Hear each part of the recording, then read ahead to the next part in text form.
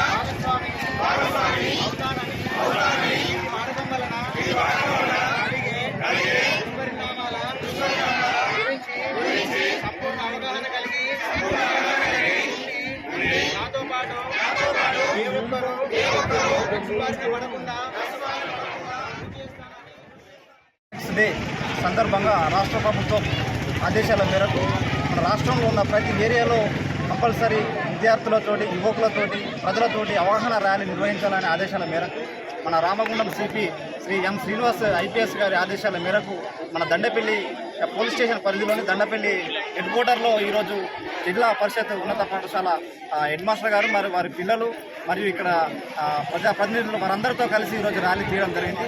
ముఖ్యంగా యువత ఈ రోజుల్లో డ్రగ్స్కు అడిక్ట్ అయ్యి వారి జీవితాన్ని నాశనం చేసుకుంటున్నారు.